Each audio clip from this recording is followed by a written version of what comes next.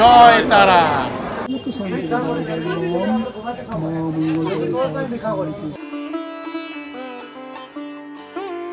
তারাপীঠ 51টি সতীপীঠের মধ্যে একটি, যার প্রতি ভক্তদের রয়েছে গভীর বিশ্বাস।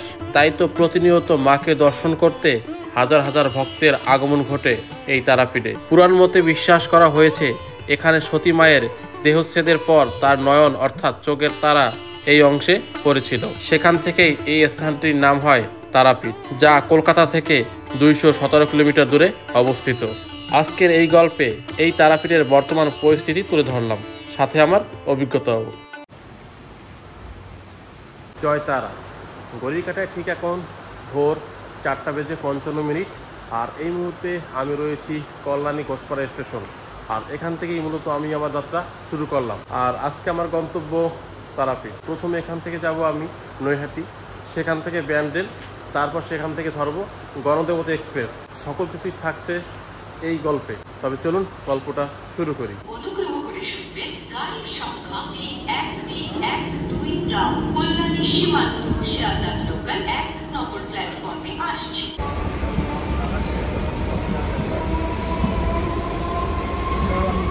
চলে আসলাম নৈহাটি। আর এখান থেকে 6:18 ব্যান্ডেল লোকাল ধরবো। আর এর সাথে বলে রাখি 13017 গণদেবতা এক্সপ্রেস হাওড়া থেকে ছেড়ে আসে সকাল 6:05। যেহেতু ব্যান্ডেল আমার কাছাকাছি এবং এখানে এর 6:42 হল্ট রয়েছে, সেই কারণে কিন্তু আমি ব্যান্ডেল থেকে এই ট্রেনটি ধরবো।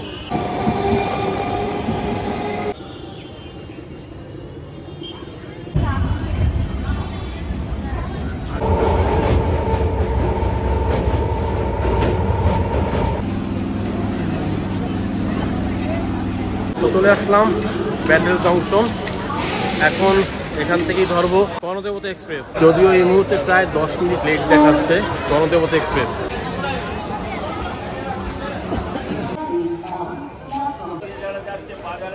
চলে আসলাম 1 নম্বরের প্ল্যাটফর্মে।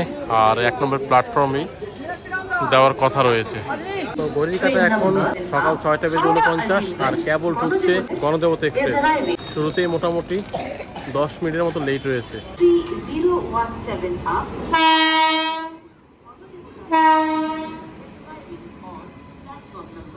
আর আমাদের কোচ রয়েছে D3।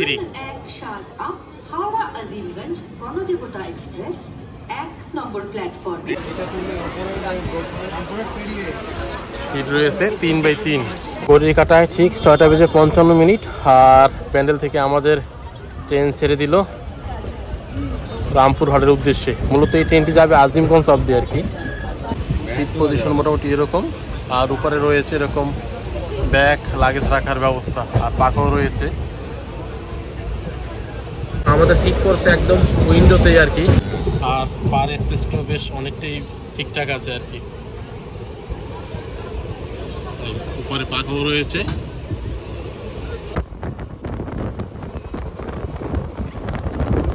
তো ব্যান্ডেল থেকে আজকে আমরা জার্নি করবো প্রায় 180 কিলোমিটার। আর আমাদের ট্রেন ভাড়া পড়েছে 100 টাকা, যেহেতু তৎকাল কাটা আর কি, সেই কারণে। আর হাওড়া থেকে এই ট্রেনটি কিন্তু প্রতিদিনই ছেড়ে আসে সকাল 6:05। রামপুরহাট পৌঁছানোর কথা রয়েছে 9:47 অফিসিয়াল টাইম। এখন দেখার বিষয় সঠিক টাইমে পৌঁছাতে পারি কিনা।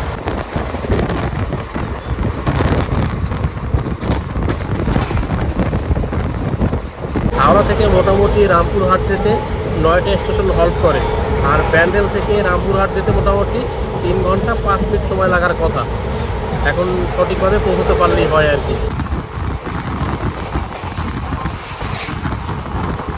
মুহূর্তে আমাদের ট্রেনের স্পিড ঘড়িকাটা ঠিক 7:31। আর আমরা এই মুহূর্তে ক্রস করছি শক্তিগড়।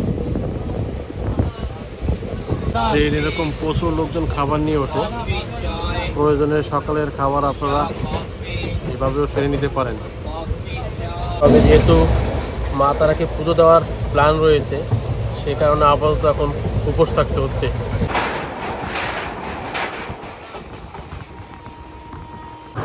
ঘড়িকাটা ঠিক এখন 7:44।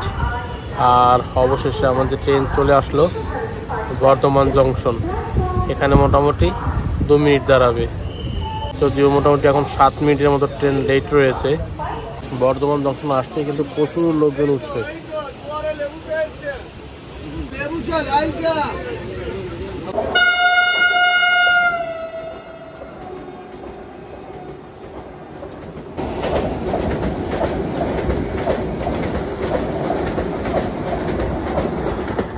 আর দেখা হয়ে গেল বন্দে ভারতের সাথে।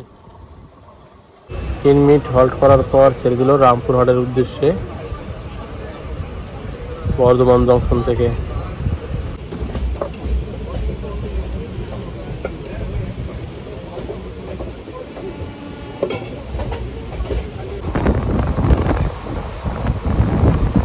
ঘড়ির কাঁটা এখন 8টা বেজে 25 মিনিট, মোটামুটি 13 মিনিট লেট রয়েছে এই মুহূর্তে।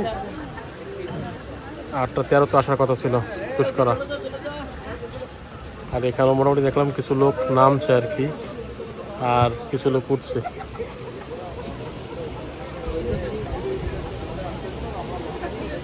রামপুরহাট আসার ক্ষেত্রে গণদেবতা ছাড়াও কিন্তু আপনারা বেশ আরও কিছু ট্রেন রয়েছে, বিশেষ করে মাতারা এক্সপ্রেস, শিয়ালদাহ থেকে সারে প্রতিদিনই। তবে যারা একদিন এসে পুজো দিয়ে ফিরে যেতে চান তাদের ক্ষেত্রে এই গণদেবতারা ধরাটাই বেস্ট। 1 মিনিট হল্ট করলো, এরপর ছেড়ে দিল আমাদের ট্রেন।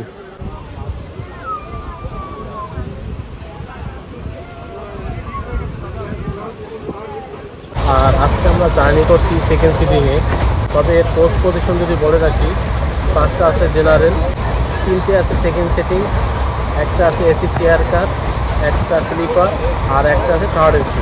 এই হলো এর পোস্ট পজিশন। যারা 2 দিন একসাথের জন্য আসবেন আর কি তারাপীঠে, সেরকম আসার জন্য বেশ কিছু ট্রেনের টাইম টেবল আমি ডিসপ্লেতে দিয়ে দিলাম।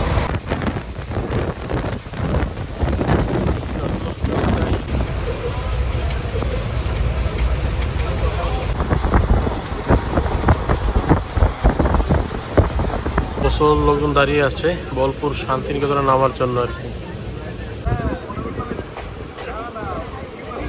বোলপুর শান্তিনিকেতন গড়িঘাটা ঠিক এখন 8টা বেজে 40 মিনিট। আর এই মুহূর্তে চলে আসলো বোলপুর শান্তিনিকেতন। এখানে মোটামুটি 2 মিনিট দাঁড়াবে। রবীন্দ্রনাথ ঠাকুরের স্মৃতি বিজড়িত স্থান শান্তিনিকেতন।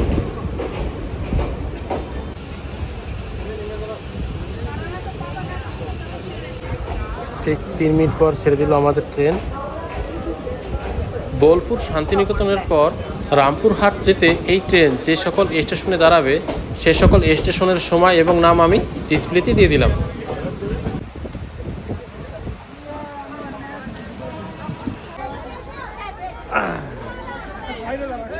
তো ঘড়ির কাঁটা এখন 10টা বেজে 1 মিনিট। অ্যাট লাস্ট চলে আসলাম রামপুরহাট জংশন। মোটামুটি 14 মিনিটের মতো লেট। এখন দেখি এখান থেকে বাইরে বেরোবো, তারপর আর ট্রেন মোটামুটি এখানে 10 মিনিট দাঁড়াবে, তারপর ছেড়ে যাবে আজিমগঞ্জের উদ্দেশ্যে। তো আমাদের ট্রেন দিয়েছে 3 নম্বর প্ল্যাটফর্মে। 3 নম্বর থেকে এবার 1 নম্বর দিয়ে বেরোতে হবে।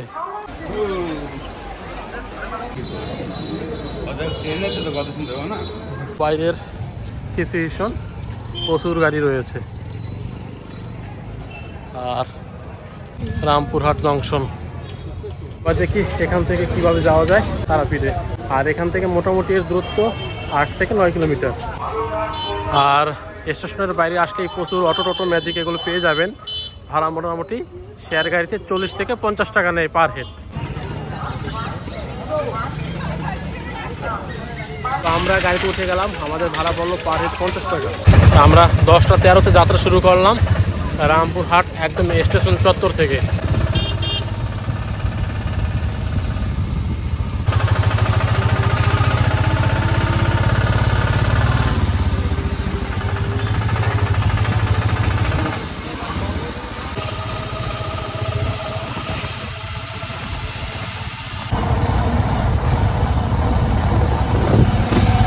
তারাপীঠ যেতে কিছুটা দূর আসতেই একটি তোরণ রয়েছে, খুব সুন্দর।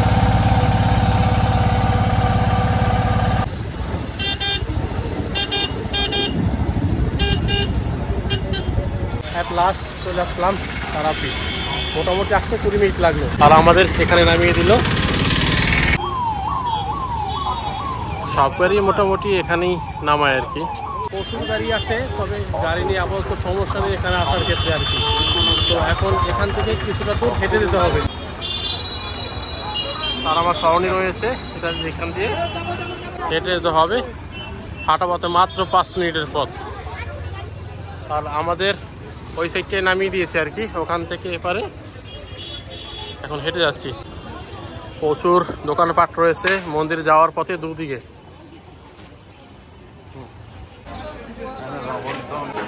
তবে দেখেই বোঝা যাচ্ছে প্রচুর ভক্তের সমাগম রয়েছে আজকে।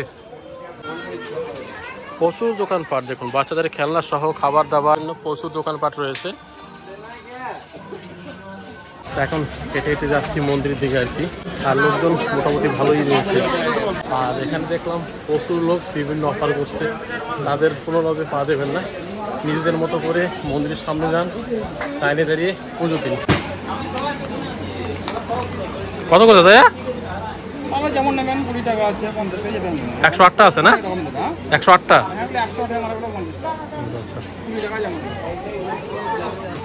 মালা পেয়ে যাবেন।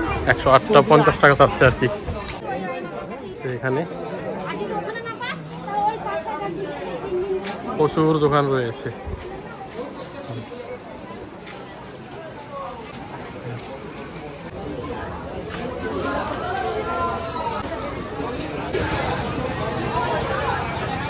তো আমরা ব্যাগ জুতো রাখলাম মা তারা পূজা ভান্ডারে, পুজোর ডালা নিয়ে নিলাম। এখানে মোটামুটি 51 টাকা থেকে শুরু হয় আর কি পুজোর ডালা। তো এখন গিয়ে দেখি যে জেনারেলে দেওয়া যায় কিনা, আর যেহেতু সময় কম, আর যদি না সম্ভব হয় তখন অন্য বিষয়।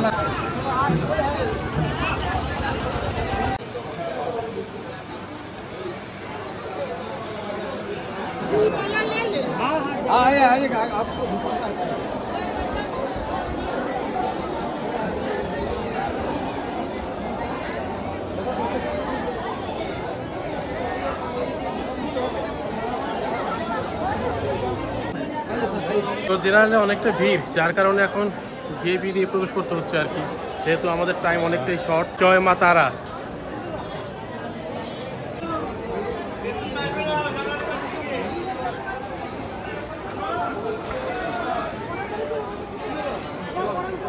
এই মুহূর্তে ভিআইপি লাইন ছিল অনেকটাই ফাঁকা, যার কারণে আমরা খুব দ্রুত মায়ের মন্দিরে প্রবেশ করলাম খুব সুন্দরভাবে। তো খুব তাড়াতাড়ি মায়ের আশীর্বাদে মার দর্শন পেয়ে গেলাম, খুব তাড়াতাড়ি। আসলে ভিআইপি লাইনে ঢুকলাম, তাড়াতাড়ি আমাদের পান্ডা ঢুকিয়ে দিল এবং মার দর্শন পেয়ে গেলাম। তো এই পুজো দিয়ে বাইরে আসলাম, তো খুব ভালো লাগলো। খুব তাড়াতাড়ি এত সুন্দরভাবে মাকে দর্শন পাবো এটা আসলে কল্পনা তো ভাবিনি, সবই মার কৃপা। জয় মা তারা। আর ভিআইপি লাইন দেখলাম অনেকটাই শর্টকাট আর কি, কিন্তু অ্যামাউন্ট অনেকটাই বেশি। জেনারেলে দাঁড়ালে অনেকটা সময় লাগবে, আর ভিআইপিতে আসলে মোটামুটি 500 টাকা নিচ্ছে পার হেড। আর মোটামুটি আরেকটি বিষয় বলে রাখি, এই মন্দির সকাল 5টা থেকে শুরু হয় আর কি, তো 12:30 অবধি চলে। তারপর 1 থেকে 1.5 ঘন্টা টপ থাকে, আবার পুজো শুরু হয়।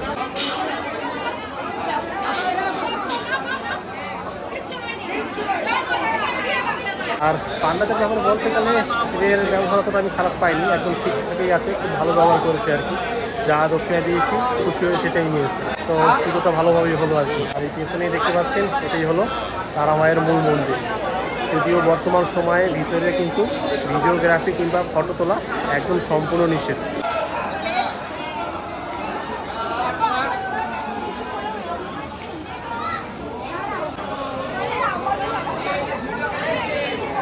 আরও একটি বিষয় বলে রাখি, যারা একদিনে এসে পুজো দিয়ে বাড়ি ফিরতে চান, হয় আপনারা রাতের ট্রেনে চলে আসুন রামপুরহাট, অথবা সকাল সকাল যদি আমাদের মতো ট্রেন ধরে আসতে চান, তবে অবশ্যই আপনারা ভিআইপি লাইনে ঢুকে তারপর পুজো দিয়ে ফিরতে পারবেন। জেনারেল লাইনে পুজো দিয়ে বাড়ি ফেরাটা অনেকটাই চাপের হয়ে যাবে।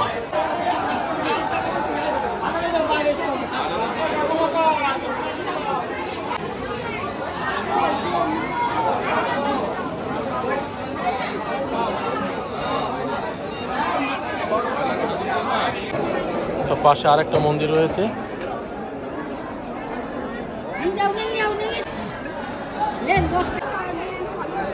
এখানে পরপর অনেকগুলো মন্দির রয়েছে।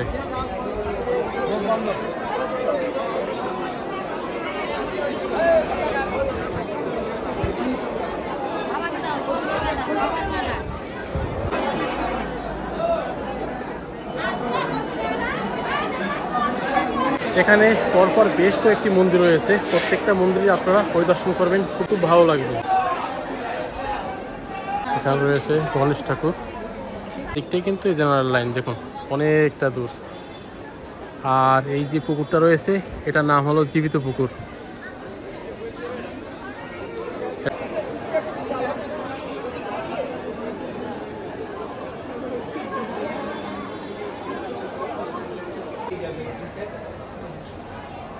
এই যে মূল মন্দিরের পাশে রয়েছে শিব মন্দির, আর এইদিকে রয়েছে বিষ্ণু মন্দির। এখানে পুজো দেওয়ার ব্যবস্থা রয়েছে, সামনে আপনারা মালা পেয়ে যাবেন, 10 টাকা করে নিচ্ছে এরা। আর এদিকে রয়েছে গণেশের পামাখ্যাপার মন্দির, আর একটা মন্দির এদিকে নতুন হচ্ছে। এই যে উপরে দেখুন জেনারেল লাইন, সত্যি জেনারেল লাইনে পুজো দেওয়াটা অনেকটাই চাপের। আর এখানে হচ্ছে জয় মা তারা অন্নপ্রসাদ, সাধারণ নিরামিষ, সকাল 8টা থেকে 1টার মধ্যে নামলে খাবেন। ভোগের টাইম দুপুর 1টা থেকে 2টা পর্যন্ত।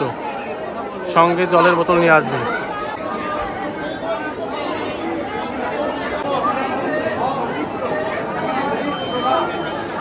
সামনে রয়েছে মূল মন্দির। জয় তারা। দেখুন এখন সময়ের সাথে সাথে কিন্তু ভিআইপির লাইনও বেড়ে যাচ্ছে। দেখুন প্রচুর ভক্তের সমাগম। তবে যতটুকু জানতে পারলাম আজকে নাকি ভক্তের সংখ্যা কম, কিন্তু তাতেই যদি এই অবস্থা হয় তাহলে ভক্তের সংখ্যা যখন বেশি হবে ভাবুন কি অবস্থা হতে পারে। দেখুন ভিআইপি লাইনের অবস্থা। জেনারেল কথা নাই বা বললাম, আপনাদের তো কিছু চিত্র দেখালাম জেনারেলের অবস্থা, আর ভিআইপিও দেখলাম এখন মারাত্মক লেভেলের ভিড় বেড়ে গেছে। তো মার মন্দিরে অনেকটা সময় কাটালাম, পুজো দেওয়া হলো, এরপর যাবো এখন শ্মশানে। এই মন্দিরের দুদিকে যে দোকান রয়েছে এখান থেকে আপনারা ডালা পেয়ে যাবেন, তবে ব্যাগ এবং জুতো কিন্তু আপনারা এখানেই রাখতে পারবেন যেখান থেকে আপনারা ডালা নেবেন। পদ্ম কত করে দাদা? পদ্ম 10 টাকা পিস। নিকেতন।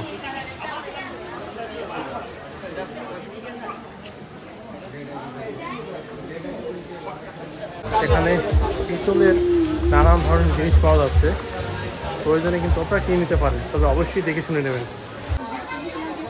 এরপর আমরা চলে আসলাম শ্মশানে।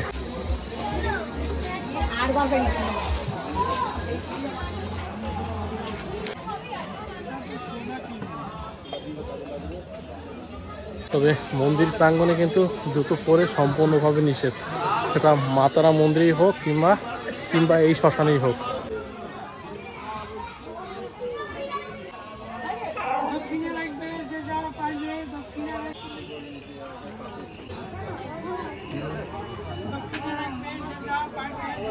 থেকে মুক্ত করো মনস্কার বসন্ত ভক্তি যেন সেবা করে যেন সবার শান্তি বর্ষ সারা বিশ্বলোককে শান্তি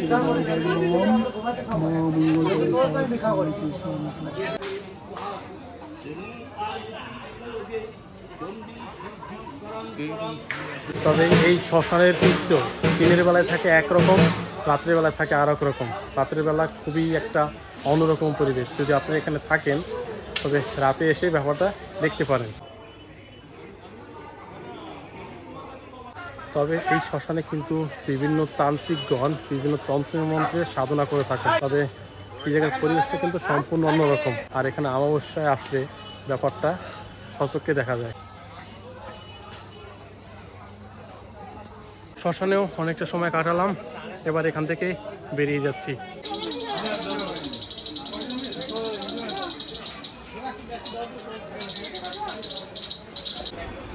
বিশাল বড় সাইজের ল্যাংচা।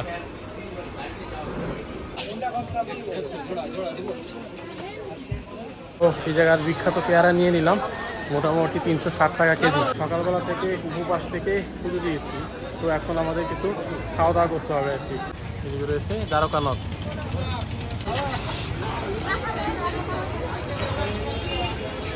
ভাত খেতে একটি রেস্টুরেন্টে চলে আসলাম, মা শরণটি ঢুকতে হাতের বাদিকের প্রথম দোকানটা। তো ডিম ভাত খাচ্ছি আমরা 90 টাকা। ডাল রয়েছে, আলুর তরকারি, এটা সম্ভবত শুক্তো হবে, আলু ভাজা রয়েছে, আর এদিকে ডিম, ভাত কিন্তু মোটা চালের ভাত। তো খাওয়া দাওয়া করলাম, বেশ ভালোই ছিল আর কি, দামের মধ্যে ঠিকঠাকই ছিল খাবার দাবার।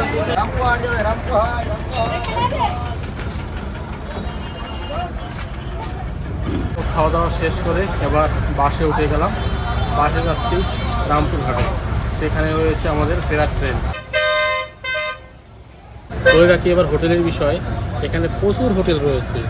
নন এসি মোটামুটি 500 থেকে শুরু, এসি 800 টাকা থেকে শুরু। তবে এখানে উইকেন্ড ট্যুর কিংবা কোনো অকেশনে কিন্তু হোটেল ভাড়াটা অনেকটাই বেড়ে যায়। নর্মাল ডেতে যদি আপনারা আসেন, বিশেষ করে শনি এবং মঙ্গলবার বাদ দিয়ে, তাহলে আপনারা অ্যাভেলেবেল হোটেল পেয়ে যাবেন। আর যদি অকেশনে আসেন, সেক্ষেত্রে আমার মতে বুক করে আসাটাই ভালো। আসার ক্ষেত্রে আপনারা রামপুরহাটও নামতে পারেন কিংবা তারাপীঠ রোডও নামতে পারেন।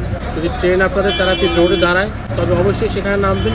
সেখান থেকে কিন্তু তারাপীঠটা খুবই কাছে। আর এখান থেকে ফেরার জন্য কিন্তু প্রচুর গাড়ি আপনারা পেয়ে যাবেন। দেখুন, ব্রিজের উপরে আশেপাশে টোটো ম্যাজিক প্রচুর গাড়ি রয়েছে।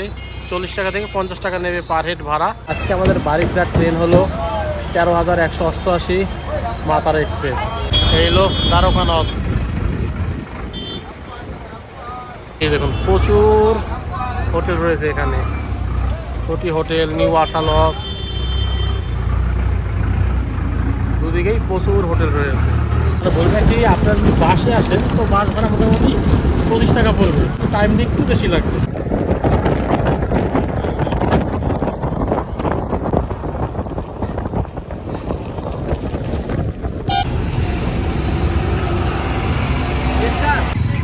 তো বাসে আমাদের এই স্থানে নামিয়ে দিল আর কি।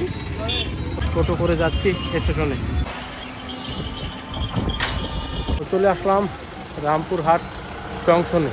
তো এবার বলে রাখি বাসের বিষয়, বাসে আসলে আপনাদের বকরিজীবন নামিয়ে দেবে, সেখান থেকে টোটোতে করে আসতে হবে এই স্টেশনে। কিন্তু টোটো ভাড়াটা বাস ভাড়ার মধ্যে ইনক্লুডেড থাকে। এই হলো বাসে আসার বিষয়।